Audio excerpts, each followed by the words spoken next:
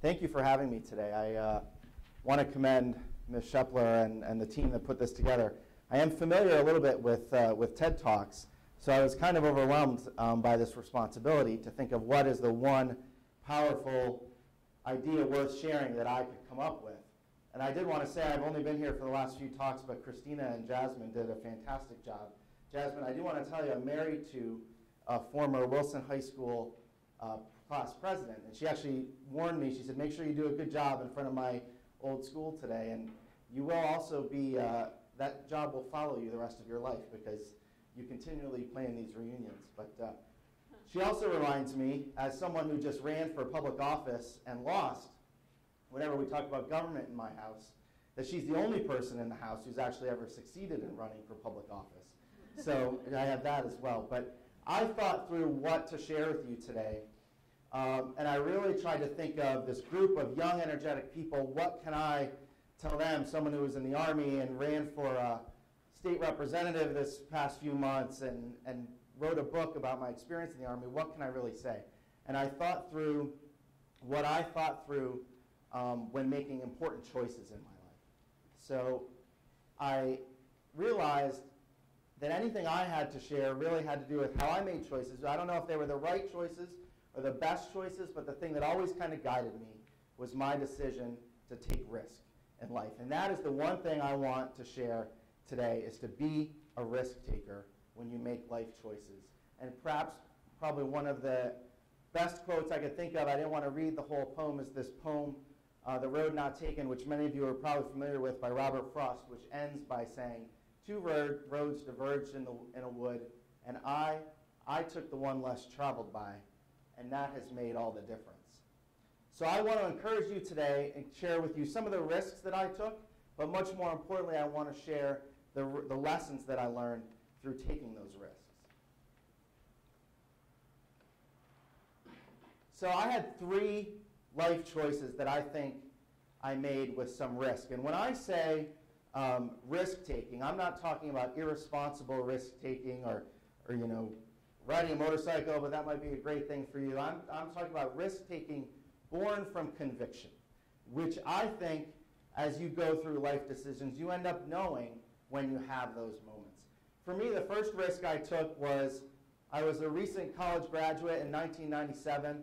I had a good job working for UPS. I grew up in Scranton, and I lived near my whole family. My job was close to home. It was a very good job for right out of college. But I was unsettled because I had never really traveled much in life. I never really did anything adventurous. In fact, I probably only used to travel to the Jersey Shore and New York City, pretty much. That was my whole life. So one day, I took a risk because I had been reading spy books and had really wanted some adventure in my life. So I walked into an Army recruiter's office and said, I'm going to join the Army. I did that, and I volunteered because I wanted to work in military intelligence and maybe someday work for the FBI or the CIA. And when I went home, people thought I was crazy. People very close to me thought I was a little nuts. And to make matters worse, my mother reminded me of an important story about my academic upbringing, because I enlisted to work in military intelligence, but to do that I had to study a foreign language for 2 years, which was going to be Arabic. And this was before 9/11. So it took on sort of a different meaning after 9/11. But when I told my family that I was going to go study the Arabic language and then work in military intelligence, my mother reminded me that when I was in 8th grade, my high school had a foreign language program that in 8th grade you kind of dabbled in foreign languages. You took a little bit of French and a little bit of Latin, German, and Spanish.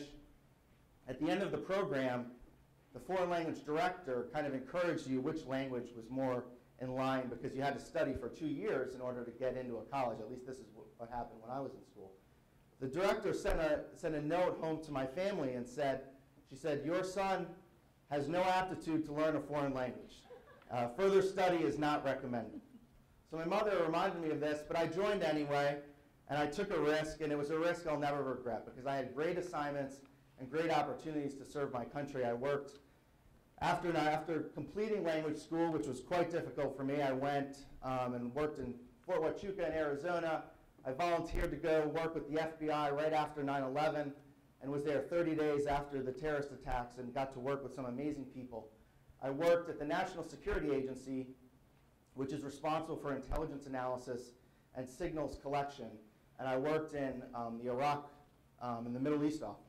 And then I volunteered at the end of my time in the Army for an assignment in Guantanamo Bay, Cuba. And it was at the end of that assignment, after I departed the Army, that I took the second risk. Because that assignment changed who I was and how I looked at the world, because I volunteered to go there and I saw some things that frustrated me. And I didn't know what to do when I got out of the Army about my conviction about having been there. So I chose to write a book about the experience. And you might say, what kind of, is that really much of a risk? Well, I did that despite the fact that we were kind of in the middle of this war on terrorism and people had really questioned whether you wanted to say anything critical of the government at a time like this.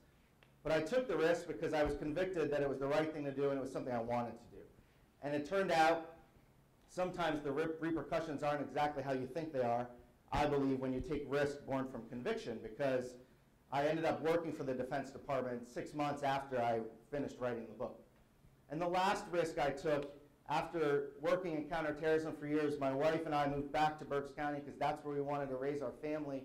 And we saw things that frustrated us on a local political level. And we realized that there were people who weren't running for office and weren't saying the things that we want to be said about public education, about some of the things that we felt strongly about as longtime residents here. So I ran for office as state representative. And as I said, I was unsuccessful, but it was a risk I wouldn't trade because of the things that I learned. So what I want to just do is share with you a few minutes about some of the lessons I learned when taking risks. But we know there's a couple of common elements of risk taking because it's scary, right? It was always scary for me when I took those risks because of these two things primarily. One, you have all of this uncertainty about the risk that you're facing. So for me, when I went in the Army, I had no idea where I was going to live. I did know that I was going to get to live right on the Pacific Ocean for 2 years to study Arabic, so that helped my decision. But after that, I didn't know where I would go. I didn't know what conflicts we might be in. And there was this huge element of uncertainty.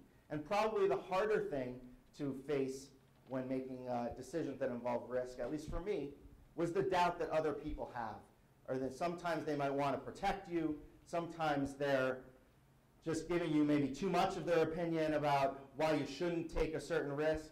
But that's probably the toughest thing to tackle, is when people who are close to you question your conviction and whether or not you're making a wise decision when you take risks.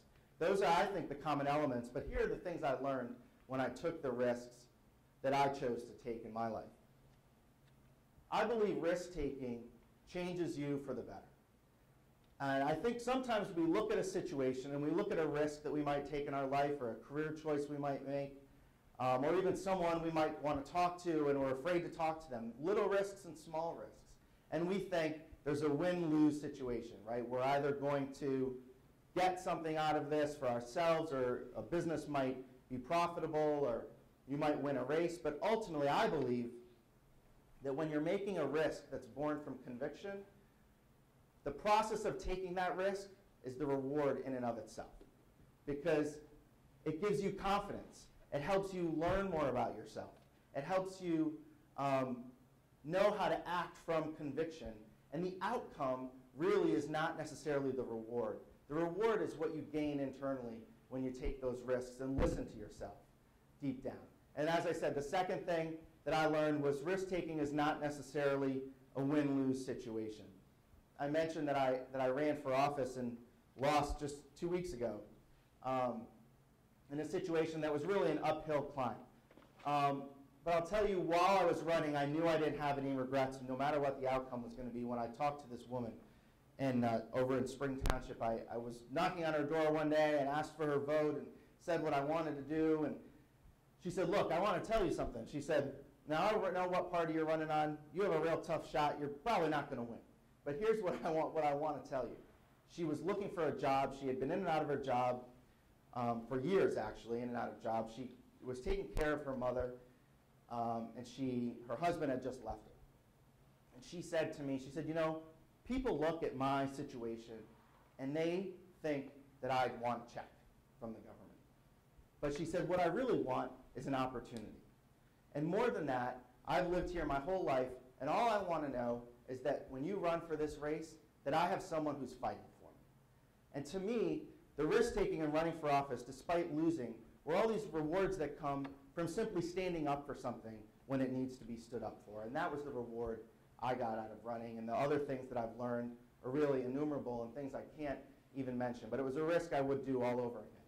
And then the last thing I'll say that I learned through risk-taking, not to say, per se, that I am a world changer, but when you look at the people who've really changed the world, who've really left their mark on the world, and I'm probably much like you today, I don't know exactly what my mark on the world is going to be, but I know that if I'm able to leave one, it'll probably be because I took a risk worth taking.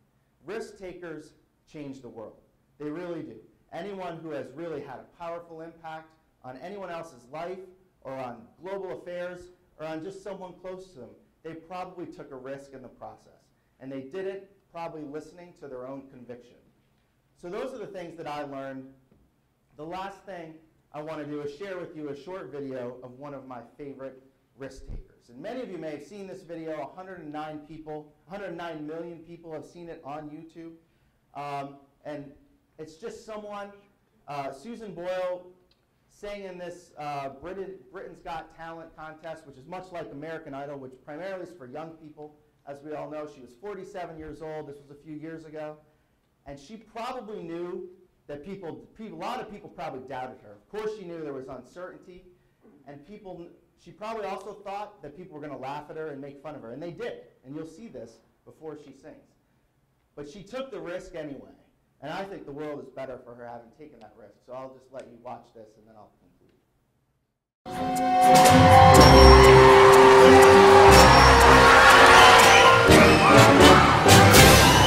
All right, what's your name, darling? My name is Susan Boyle. Okay, Susan, where are you from? I am from Blackburn near Bathgate, West Lothian. It's a big town. It's a sort of collection of, villages. I had to think there. And how old are you, Susan? I am 47.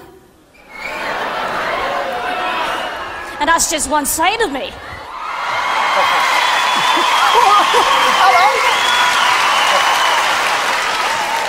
Okay, what's the dream?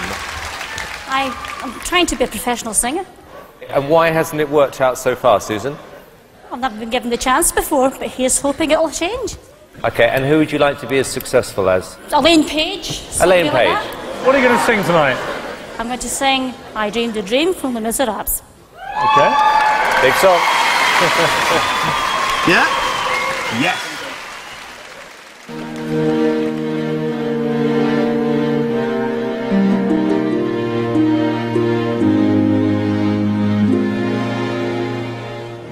I dreamed a dream in time gone by.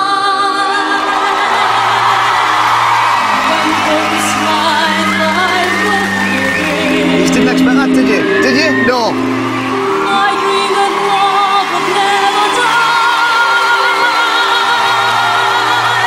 I dreamed that God would be forgiven. I was young and unafraid when dreams were made and used and wasted.